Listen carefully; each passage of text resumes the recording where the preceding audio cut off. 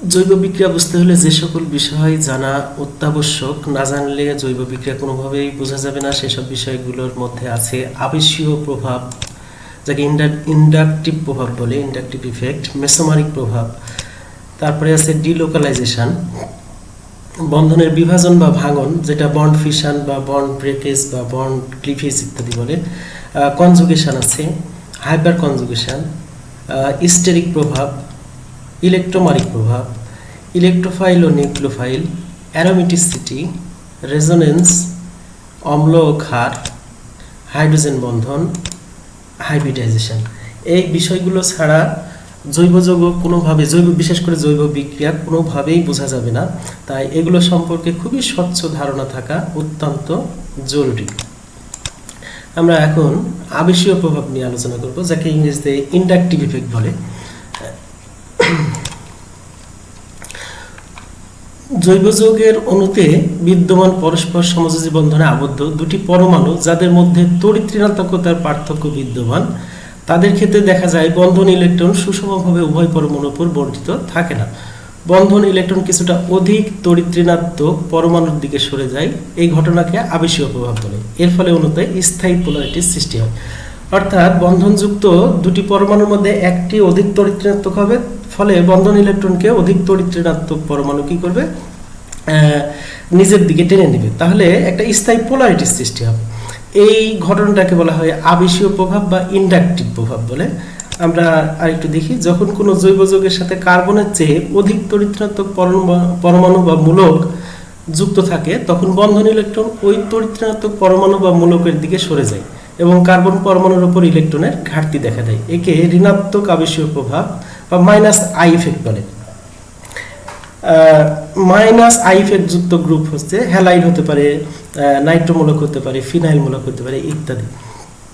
আমরা দেখতে পাচ্ছি এখানে কার্বনের সাথে ক্লোরিন যুক্ত, ক্লোরিনের তড়িৎ ঋণাত্মকতা 3, কার্বনের 2.5। তাহলে আমরা দেখতে পাচ্ছি যে ইলেকট্রন কার্বন থেকে ক্লোরিনের দিকে যাচ্ছে। তাহলে এখানে আংশিক ঋণাত্মক চার্জ, এখানে আংশিক ধনাত্মক চার্জ সৃষ্টি হবে। অর্থাৎ কার্বন থেকে ইলেকট্রন অধিক তড়িৎ ঋণাত্মক পরমাণুর দিকে যাচ্ছে। তাহলে এটাকে বলবো মাইনাস ইন্ডাকটিভ ইফেক্ট বা মাইনাস আবেশীয় প্রভাব। যখন কোনো জৈব যৌগের সাথে কার্বনের চেয়ে কম তড়িৎ ঋণাত্মক পরমাণু বা মূলক যুক্ত থাকে, তখন বন্ধন ইলেকট্রন ওই পরমাণু বা মূলক হতে কার্বনের দিকে সরে যায় এবং কার্বন পরমাণুর উপর ইলেকট্রনের বৃদ্ধি দেখা দেয়। একে ধনাত্মক আবেশীয় প্রভাব বা প্লাস আই ইফেক্ট বলে। প্লাস আই ইফেক্ট গ্রুপ হলো ইথাইল গ্রুপ, অ্যালকাইল গ্রুপ ইত্যাদি হচ্ছে প্লাস আই ইফেক্ট যুক্ত। আমরা দেখতে পাচ্ছি ম্যাগনেসিয়ামের, এটা একটা ধাতু, ইলেকট্রন ছেড়ে দেয়, কার্বনের চাইতে তড়িৎ ঋণাত্মকতা অনেক কম। তাহলে এই ম্যাগনেসিয়াম থেকে ইলেকট্রন কি করবে, কার্বনের দিকে ঠেলে দিবে। এটাকে আমরা বলছি প্লাস আই ইফেক্ট।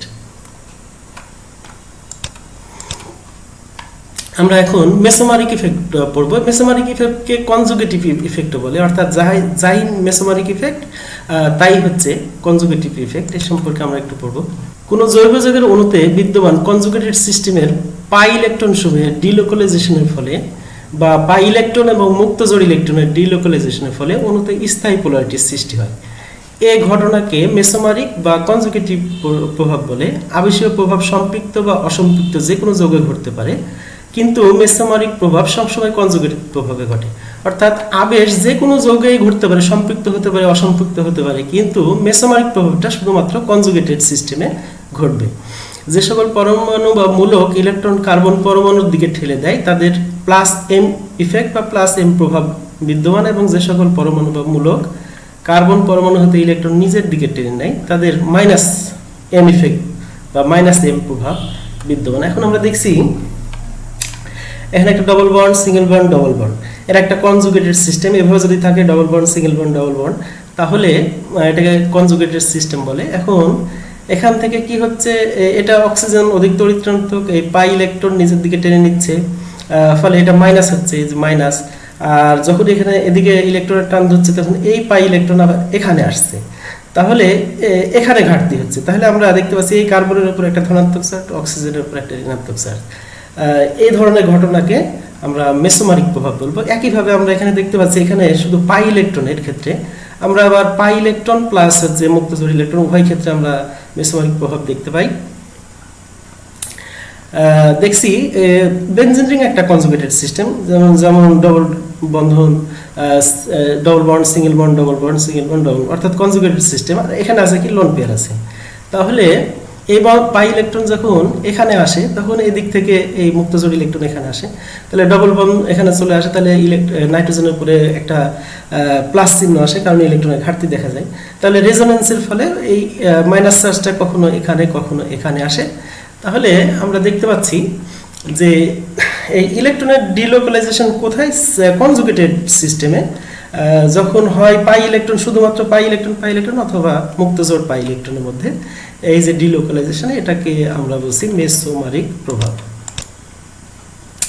আমরা এবার ডিলোকালাইজেশন নিয়ে কথা বলবো। কিছু কিছু জৈব যৌগে বা আয়নের ক্ষেত্রে দেখা যায় সাধারণ বন্ধন তত্ত্বের মাধ্যমে একক বন্ধন, দ্বিবন্ধন বা ত্রিবন্ধন ব্যবহার করে যৌগ বা আয়নগুলোর গঠন ব্যাখ্যা করলে তা এক্স রে ডিফ্রাকশন হতে প্রাপ্ত ইলেকট্রনের অবস্থানের সাথে মেলে না। আমরা জানি এক্স রে ডিফ্রাকশনের মাধ্যমে কি করা যায়, কোনো যৌগের কোনো পরমাণুর উপর ইলেকট্রনের ডেনসিটিটা মাপা যায়। তো আমরা এক্স রে ডিফ্রাকশন নিয়ে কিছু কিছু যৌগের ক্ষেত্রে আমরা দেখতে পাই যে কি আসলে আমরা যেভাবে গঠন লিখি ওইভাবে লিখতে গেলে প্রকৃতপক্ষে সঠিক হয় না।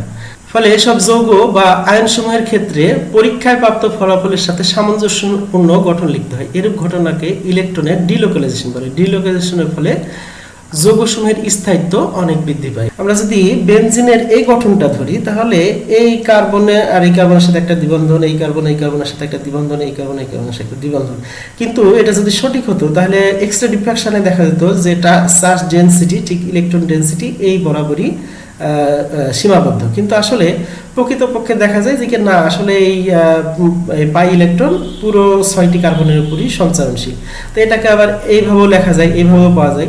আলটিমেটলি আমরা কি করতে হবে যে পুরো এই দ্বিবন্ধনের 6টি ইলেকট্রন পুরো 6টি কার্বনের উপরে বিস্তৃত। আবার আমরা জানি অ্যাসিটিক অ্যাসিড একটা প্রোটন ছেড়ে দিলে অ্যাসিটেট আয়ন হয়, মিথাইল গ্রুপ, কার্বন, অক্সিজেন। তাহলে অ্যাসিটেট আয়নের যে অক্সিজেনের সাথে প্রোটন যুক্ত ছিল সেখানে একটা মাইনাস চার্জ হওয়ার কথা, কিন্তু এক্স রে ডিফ্রাকশন থেকে দেখা যায় যে কি আসলে ওই মাইনাস চার্জটা অক্সিজেন, কার্বন, অক্সিজেন এই পুরোটার উপরই বিস্তৃত থাকে। এই যে ঘটনাটা, এইটাকে বলা হয় ডিলোকালাইজেশন। আমরা এবার বন্ধনের বিভাজন বা বন্ধনের ভাঙন সম্পর্কে বলবো, যেটা বন্ড ফিশন নামে পরিচিত। বিক্রিয়াকালে বন্ধনের ভাঙন দুইভাবে ঘটে, জৈব বিক্রিয়ার ভাঙন দুইভাবে ঘটে। আমরা দেখবো একটু বন্ধনের সুষম ভাঙন, বা এটাকে হোমোলাইটিক ফিশন বা হোমোলাইটিক ক্লিভেজ বলে বা ব্রেকেজ বলে। কোনো যৌগের অণুতে বিদ্যমান দুটি পরমাণুর মধ্যেকার সমযোজী বন্ধনের ভাঙনের সময় যদি উভয় পরমাণু তাদের নিজ নিজ বন্ধন ইলেকট্রন নিয়ে ভেঙে যায়, তবে এ ধরনের ভাঙনকে বন্ধনের সুষম ভাঙন বলে। বন্ধনের সুষম ভাঙনের ফলে সর্বদা মুক্তমূলক বা ফ্রি রেডিক্যাল সৃষ্টি হয়। অর্থাৎ একটি বন্ধন গঠন করতে, যেমন এখানে দুটি ব্রোমিন বন্ধন গঠন করতে দুটো ইলেকট্রন আছে, এই একটা দিয়েছে, এই দিয়েছে। এখন যদি এরা ভাঙনের সময় যার যার ইলেকট্রন সে নিয়ে চলে যায়, তাহলে বেজোড় ইলেকট্রন যুক্ত যে পরমাণু বা মূলক পাবো সেটাকে আমরা ফ্রি রেডিক্যাল বলবো। আর প্রসেসটাকে বলবো হোমোলাইটিক ফিশন, কারণ যার যার ইলেকট্রন নিয়ে চলে গেছে।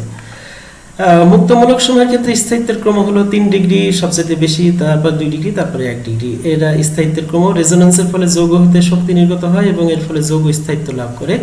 3 ডিগ্রি মুক্তমূলক সময়ের রেজোনেন্স সবচাইতে বেশি, অর্থাৎ যে যৌগটাতে অধিক রেজোনেন্স ঘটবে সেটা অধিক স্থিতিশীল। 3 ডিগ্রি মুক্তমূলকে সবচাইতে বেশি রেজোনেন্স ঘটে, সুতরাং এর স্থায়িত্ব সবচেয়ে বেশি। বন্ধনের বিভাজন বা ভাঙনের আমরা ধারাবাহিকতা পড়ছি। আর এক ধরনের ভাঙন আছে, সেটা হচ্ছে বিষম ভাঙন। বন্ধনের বিষম ভাঙন, যেটাকে হেটারোলাইটিক ফিশন বা ক্লিভেজ বলে। কোন যৌগের অণুতে বিদ্যমান দুটি পরমাণুর মধ্যেকার সমযোজী বন্ধনের ভাঙনের সময় যদি কোনো একটি পরমাণু উভয় বন্ধন ইলেকট্রন নিয়ে ভেঙে যায়, তবে এ ধরনের ভাঙনকে বন্ধনের বিষম ভাঙন বলে। অর্থাৎ বন্ধন গঠনে যে দুটো ইলেকট্রন, একটি পরমাণু উভয় ইলেকট্রন নিয়ে পালাবে, তাহলে যেটা ঘটবে একটার উপরে প্লাস আর একটার উপরে মাইনাস। যে ইলেকট্রন নিয়ে চলে গেল সে হচ্ছে মাইনাস, আর যার কাছ থেকে নিয়ে গেল সে হচ্ছে প্লাস। তাহলে এ ধরনের ভাঙনকে আমরা বলবো বন্ধনের বিষম ভাঙন। বন্ধনের বিষম ভাঙন দুইভাবে ঘটতে পারে। কোন জৈব যৌগের কার্বন পরমাণুর সাথে যুক্ত কার্বন পরমাণুর চেয়ে অধিক তড়িৎ কোনো পরমাণু উভয় বন্ধন ইলেকট্রন নিয়ে ভেঙে গেলে ওই যৌগে উক্ত কার্বন পরমাণুর উপর ধনাত্মক চার্জ সৃষ্টি হয়, যাকে কার্বনিয়াম আয়ন বা কার্বোক্যাটায়ন বলে। এই কার্বোক্যাটায়ন সমূহের ক্ষেত্রে স্থিতির ক্রম হলো 3 ডিগ্রি, 2 ডিগ্রি, 1 ডিগ্রি। এখন আমরা দেখতে পাচ্ছি এটা যদি একটা জৈব যৌগ হয়, তাহলে এটা যদি ভিন্ন কোনো তড়িৎ ঋণাত্মক পরমাণু যা কার্বনের চাইতে বেশি, তাহলে বন্ধন ইলেকট্রন যদি পুরোটা নিয়ে যায়, তাহলে জৈব আয়নটার উপরে একটা ধনাত্মক চার্জ সৃষ্টি হবে। এটাকে আমরা কার্বনিয়াম আয়ন বা কার্বোক্যাটায়ন বলবো। আর এক্ষেত্রে যদি এটা যদি অন্য কোনো কম তড়িৎ ঋণাত্মক, কার্বনের চাইতে কম তড়িৎ ঋণাত্মক কোনো পরমাণু হয়, তাহলে বন্ধন ইলেকট্রন রেখে সে চলে যাবে, তাহলে কার্বনের উপর মাইনাস, তাহলে এটাকে বলবো কার্বানায়ন। আর হচ্ছে এটা তখন পজিটিভ চার্জ তৈরি করে।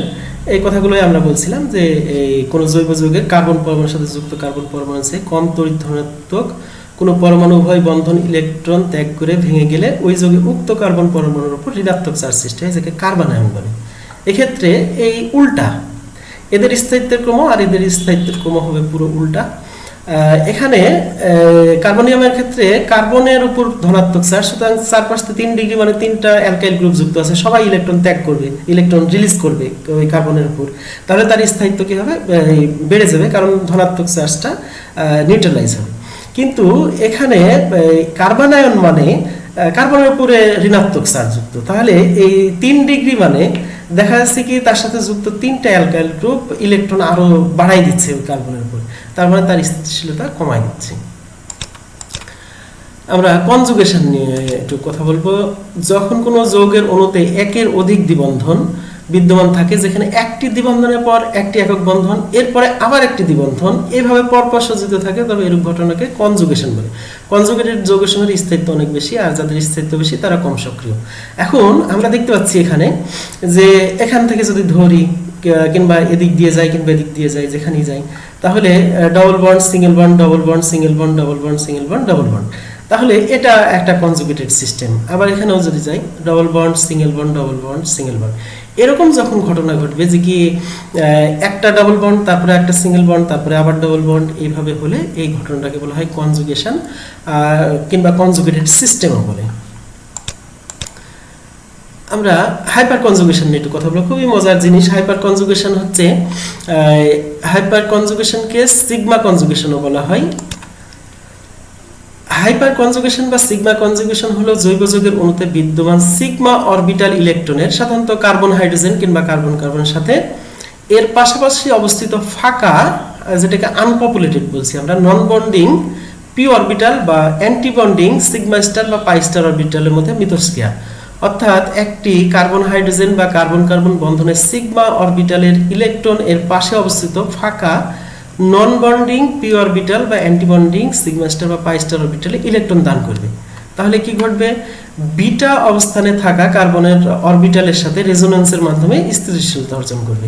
এক্ষেত্রে আলফা কার্বনে অবশ্যই হাইড্রোজেন থাকতে হয় এবং হাইপার কনজুগেশন ঘটার ক্ষেত্রে অ্যালকাইল মূলকসমূহের অর্ডার হবে এই মিথাইলটাই সবচেয়ে বেশি ঘটবে, তারপরে হচ্ছে এই 1 ডিগ্রি, তারপরে 2 ডিগ্রি, কিন্তু 3 ডিগ্রিতে কোনো রকম হাইপার কনজুগেশন ঘটবে না, কারণ কি তার কোনো প্রোটন নাই। আমরা এখন একটু দেখি, এখানে দেখতে পাচ্ছি কার্বন আর হাইড্রোজেন একটা সিগমা বন্ধন আছে। এই পরের কার্বনের ঠিক পাশের, আমরা বলেছি যে ঠিক পাশাপাশি অবস্থিত ফাঁকা, এই ফাঁকা অরবিটালে নন পপুলেটেড অঞ্চলে কি করছে, এই সিগমা বন্ধনের ইলেকট্রন এখানে দান করছে। তাহলে এই বন্ধনের বিটা অবস্থান, অর্থাৎ এটা যদি আলফা হয় এটা বিটা, তাহলে এই অবস্থানের কি হচ্ছে, পাই স্টার অরবিটালের সাথে একটা হচ্ছে রেজোনেন্স ঘটছে। রেজোনেন্সের ফলে একটা স্থিতিশীলতা অর্জন করছে। আমরা দেখতে পাচ্ছি যে এই বন্ডটা যদি আমরা এখান থেকে আসি, এখানের দ্বিবন্ধন, এই দ্বিবন্ধনের যদি ইলেকট্রন এই কার্বনের উপরে আসে তাহলে এটা মাইনাস, আর এখানে যদি আসে তাহলে এদিক থেকে ইলেকট্রন টান ধরবে এই কার্বন হাইড্রোজেনের এই সিগমা বন্ধনটা, তখন এখানে আসবে। এখানে আসলে কি হবে, এই ইলেকট্রন হারায় ফেলেছে, ধনাত্মক চার্জ যুক্ত হবে, তাহলে এটা প্রোটন প্লাস হচ্ছে আর এখানে হচ্ছে মাইনাস হচ্ছে। এই পুরো জিনিসটা কি হচ্ছে, তখন রেজোনেন্সের মাধ্যমে স্থিতিশীলতা অর্জন করবে। এখানে যত রেজোনেন্স বেশি হবে, রেজোনেন্স হাইব্রিড যত বেশি হবে, এর স্থিতিশীলতাও তত বাড়বে। তাহলে আমরা দেখতে পাচ্ছি যে এই বন্ধনটার পরেরটা আলফা বন্ধন, তারপরেরটা বিটা বন্ধন, এই সিগমা বন্ধনটা প্রকৃতপক্ষে এদিকে ট্রান্সফার হয়ে যাচ্ছে, এই পজিশনে ট্রান্সফার হয়ে যাচ্ছে। এটাকে আমরা বলছি হাইপার কনজুগেশন। স্টেরিক প্রভাব বা স্টেরিক ইফেক্ট বা কিংবা স্টেরিক হিন্ড্রেন্সও বলে। আমরা একটু দেখি, কোনো জৈব যৌগের সক্রিয়তা নির্ভর করে ওই যৌগের কোনো একটি নির্দিষ্ট বন্ধন বা একটি নির্দিষ্ট পরমাণুর উপর বিদ্যমান ইলেকট্রনের সহজলভ্যতার উপর। যদি ওই পরমাণুটি অনেক বড় কোনো গ্রুপ দ্বারা আবদ্ধ থাকে তবে বন্ধন গঠনে আগত ইনকামিং পরমাণুর সাথে উক্ত পরমাণুর পি অরবিটালের সাথে অধিক্রমণ ঘটতে পারে না, ফলে কোনো বিক্রিয়া সংঘটিত হয় না বা খুব ধীর গতিতে ঘটে। একে স্টেরিক প্রভাব বা স্টেরিক বাধা বলে। আমরা এখন একটু দেখি। এখানে এই সেন্টারে একটা কার্বন আছে যার সাথে ব্রোমিন যুক্ত, তার মানে এই ব্রোমিন হচ্ছে ঋণাত্মক আর এখানে একটা ধনাত্মক চার্জ সৃষ্টি হয়েছে কার্বনের উপরে। কিন্তু এই কার্বনের উপরে বড় বড় তিনটা গ্রুপ যুক্ত, প্রোপাইল গ্রুপ হচ্ছে, তারপরে মিথাইল গ্রুপ, ইথাইল গ্রুপ, তিনটা বড় যুক্ত থাকার কারণে আমার পটাশিয়াম হাইড্রোক্সাইড দিলে এই ব্রোমিনকে সরাইয়ে হচ্ছে অ্যালকোহল তৈরি হবে না, নো রিয়াকশন।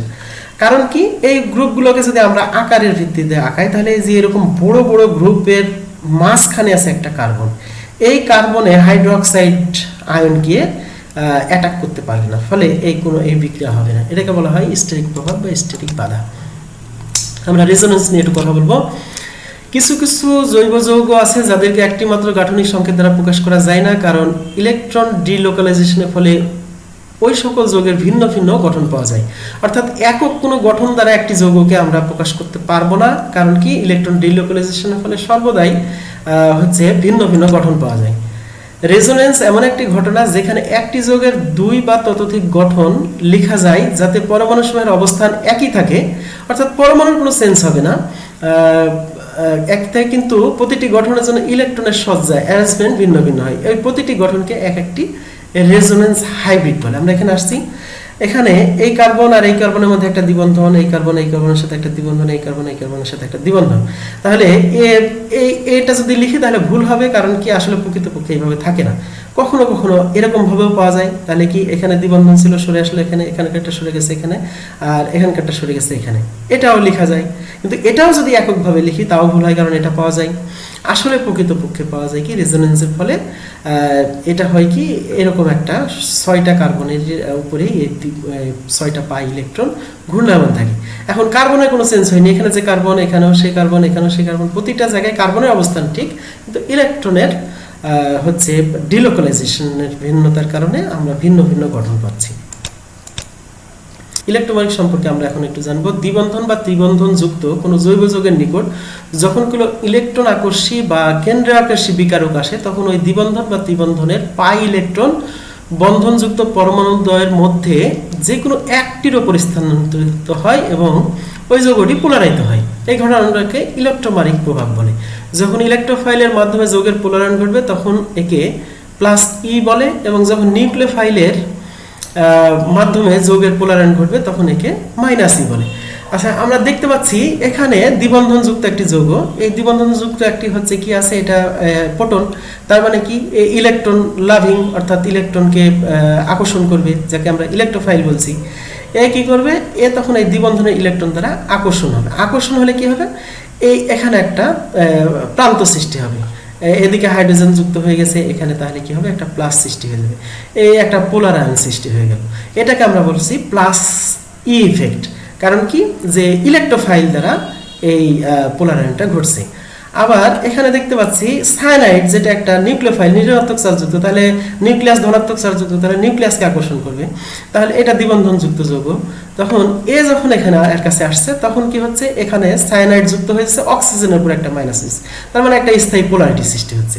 তাহলে এ ধরনের ঘটনাকে ইলেক্ট্রোমেরিক প্রভাব বলে। আর এই যে যদি নিউক্লিওফাইল দ্বারা ঘটে তাহলে মাইনাস ই ইফেক্ট বলবো আমরা। ইলেকট্রোফাইল ও নিউক্লিওফাইল সম্পর্কে আমরা এখন জানবো। কোন রাসায়নিক বিক্রিয়ায় যে সকল বিকারক এক জোড়া ইলেকট্রন গ্রহণ করতে পারে তাদেরকে ইলেকট্রোফাইল বলে। তাহলে ইলেকট্রোফাইল মিন্স ইলেকট্রন লাভিং, ইলেকট্রনকে সে আকর্ষণ করবে। তাহলে এক জোড়া ইলেকট্রন গ্রহণ করতে পারে তাদেরকে আমরা কি বলবো, ইলেকট্রোফাইল বলবো বা ইলেকট্রন আকর্ষী বিকারক বলে। ইলেকট্রোফাইল সমূহ হয় ধনাত্মক চার্জযুক্ত, না হয় এদের অষ্টক অপূর্ণ থাকার কারণে এক জোড়া ইলেকট্রন গ্রহণ করতে পারে। যেমন আমরা বলতে পারি প্রোটন এক জোড়া ইলেকট্রন গ্রহণ করতে পারে, তাহলে এ হচ্ছে কি ইলেকট্রোফাইল। নাইট্রোনিয়াম আয়ন এক জোড়া ইলেকট্রন গ্রহণ করতে পারে কিংবা ইলেকট্রন গ্রহণ করতে পারে, সুতরাং এটাকে আমরা কি বলতে পারি, এটা হচ্ছে ইলেকট্রোফাইল। তেমনই ভাবে carbonium ion aluminium trichloride, boron fluoride এদের কি আছে অষ্টক অসম্পূর্ণ আছে। তাহলে আমরা বলতে পারি যে হচ্ছে এক জোড়া ইলেকট্রন যারা গ্রহণ করতে পারে, যারা ইলেকট্রনের প্রতি আকর্ষণ বিদ্যমান, তারাই হচ্ছে কি ইলেকট্রোফাইল। তেমনিভাবে কোনো রাসায়নিক বিক্রিয়ায় যে সকল বিকারক এক জোড়া ইলেকট্রন প্রদান করতে পারে তাদেরকে নিউক্লিওফাইল বলে। ইলেকট্রন ঋণাত্মক চার্জযুক্ত সে যদি প্রদান করে কাকে দিবে, তাহলে হচ্ছে নিউক্লিয়াসকে দিবে। তাহলে নিউক্লিয়াসের প্রতি তাদের ভালোবাসা, নিউক্লিওফাইল মিন্স নিউক্লিয়াস লাভিং, অর্থাৎ নিউক্লিয়াসকে আকর্ষণ করবে। তাহলে এই ধরনের বিকারককে আমরা বলবো কি কেন্দ্রাকর্ষী বিকারক। নিউক্লিওফাইল সমূহ হয় ঋণাত্মক চার্জযুক্ত, না হয় এদের নিঃসঙ্গ ইলেকট্রন জোড় থাকার কারণে এক জোড়া ইলেকট্রন প্রদান করতে পারে। তাহলে এদের কি হবে, হয় এরা ঋণাত্মক চার্জযুক্ত হবে, যেমন সায়ানাইড, ক্লোরাইড, হাইড্রোক্সাইড ইত্যাদি, কার্বনায়ন ইত্যাদি, অথবা নিঃসঙ্গ ইলেকট্রন জোড় থাকবে। আমরা জানি অ্যামিনের কি নাইট্রোজেনের উপরে নিঃসঙ্গ ইলেকট্রন আছে, অ্যামোনিয়ার উপরে অ্যামোনিয়ার নাইট্রোজেনের উপরে নিঃসঙ্গ ইলেকট্রন আছে। তাহলে এদেরকে বলবো আমরা কি নিউক্লিওফাইল। অম্ল ক্ষারক সম্পর্কে জানা খুবই গুরুত্বপূর্ণ। আমরা জৈব যৌগে সাধারণত দুটি মতবাদকে গুরুত্বপূর্ণ ধরা হয়, সেটা হচ্ছে ব্রনস্টেড-লাউরি এবং লুইস মতবাদ। এই দুটো মতবাদ নিয়ে আমরা আলোচনা করব। প্রথমে আসি ব্রনস্টেড-লাউরি মতবাদ অনুসারে অম্ল কি জিনিস, যে সকল যৌগ জলীয় দ্রবণে প্রোটন দান করতে পারে তাদেরকে অম্ল বা অ্যাসিড বলে, যেমন এই hydrochloric acid, sulphuric acid, acetic acid ইত্যাদি। যে সকল যৌগ প্রোটন গ্রহণ করতে পারে এবং জলীয় দ্রবণে প্রোটনেটেড মানে এই যে অ্যামিন ছিল, একটা প্রোটন গ্রহণ করে আয়ন নাইট্রোজেনের উপরে কি হয়েছে, একটা প্লাস চার্জ হয়েছে। তেমনি পানি যদি একটা প্রোটন যুক্ত হয় তাহলে হাইড্রোনিয়াম আয়ন তৈরি হয়, সেটাকে প্রোটনেটেড বলবো। তাহলে জলীয় দ্রবণে কি থাকবে, প্রোটনেটেড থাকতে পারে, তাদেরকে ক্ষার বলবো, যেমন হাইড্রোক্সাইড, অ্যামিন, অ্যামোনিয়া ইত্যাদি, এরা হচ্ছে কি ক্ষার। লুইস মতবাদ অনুসারে যে সকল যৌগ এক জোড়া ইলেকট্রন গ্রহণ করতে পারে তাদেরকে অম্ল বলে। তাহলে কি ইলেকট্রন গ্রহণ করতে যারা পারবে এক জোড়া, তাদেরকে আমরা কি বলবো, অম্ল বলবো। যেমন হচ্ছে এই প্রোটন, কপার 2+ কিংবা যে কোনো ক্যাটায়ন যারা ইলেকট্রন গ্রহণ করতে পারে তারা হচ্ছে কি লুইস অ্যাসিড। বোরন টাইফ্লোরাইড এদের অষ্টক অসম্পূর্ণ থাকে, সুতরাং এরাও ইলেকট্রন গ্রহণ করতে পারে, তাহলে এদেরকে আমরা বলবো কি লুইস অ্যাসিড। তেমনি ক্ষারের সংজ্ঞাটা কি, যে সকল যৌগ এক জোড়া ইলেকট্রন প্রদান করতে পারে তাদেরকে ক্ষার বলবে, ইলেকট্রন প্রদান করবে, যেমন অ্যামিন করতে পারে, অ্যামোনিয়া করতে পারে ইত্যাদি। যারা এক জোড়া ইলেকট্রন দান করতে পারবে তারাই হচ্ছে কি লুইস মতবাদ অনুসারে তারা ক্ষার।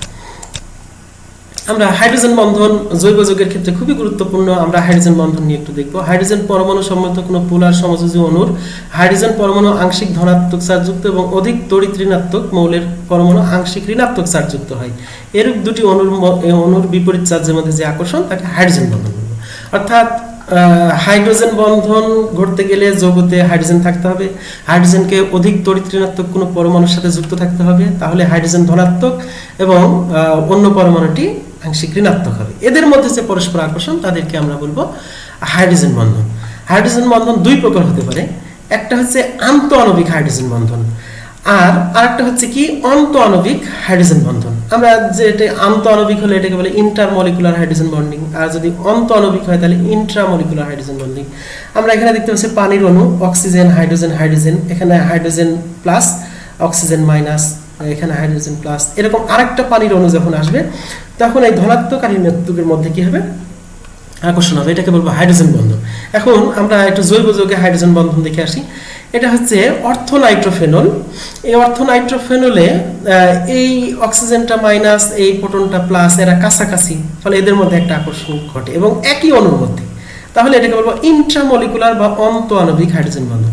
আবার প্যারানাইট্রোফেনল যদি দেখি, হাইড্রোক্সাইড মূলক এক পাশে আছে, তার একবারে সম্পূর্ণ বিপরীত পাশে নাইট্রোমূলক আছে, তাহলে এই হাইড্রোক্সাইড আর নাইট্রোমূলকের মধ্যে ইন্টারাকশন কোনোভাবেই সম্ভব না।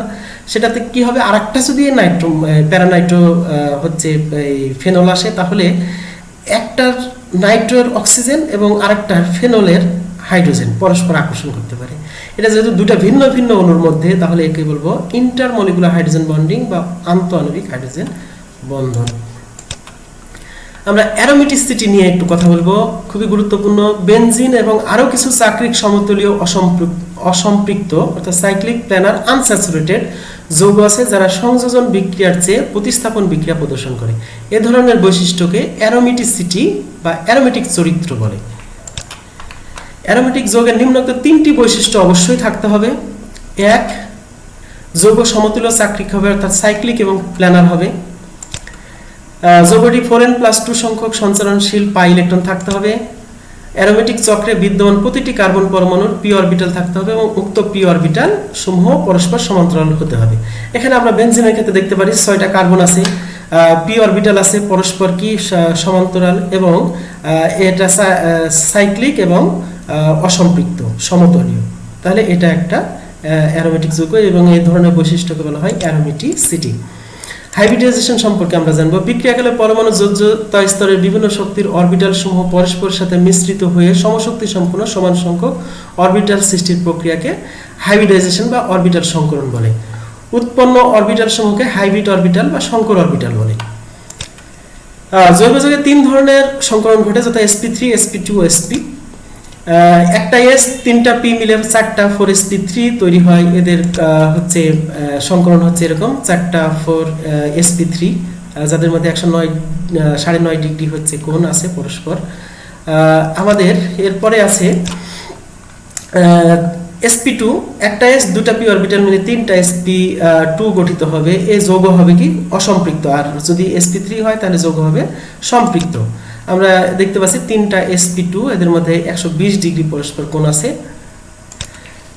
আর এরপরে আমাদের আছে sp, একটা s একটা p মিলে 2টা sp হাইব্রিড অরবিটাল তৈরি করতে পারে। এই যৌগ হবে অসম্পৃক্ত। আমরা দেখতে পাচ্ছি যে 2টা sp অরবিটাল পরস্পর 180 ডিগ্রি কোণে পরস্পর বিদ্যমান। তাহলে sp3 হলে সম্পৃক্ত যৌগ হবে, sp2 কিংবা sp3 হলে অসম্পৃক্ত যৌগ হবে।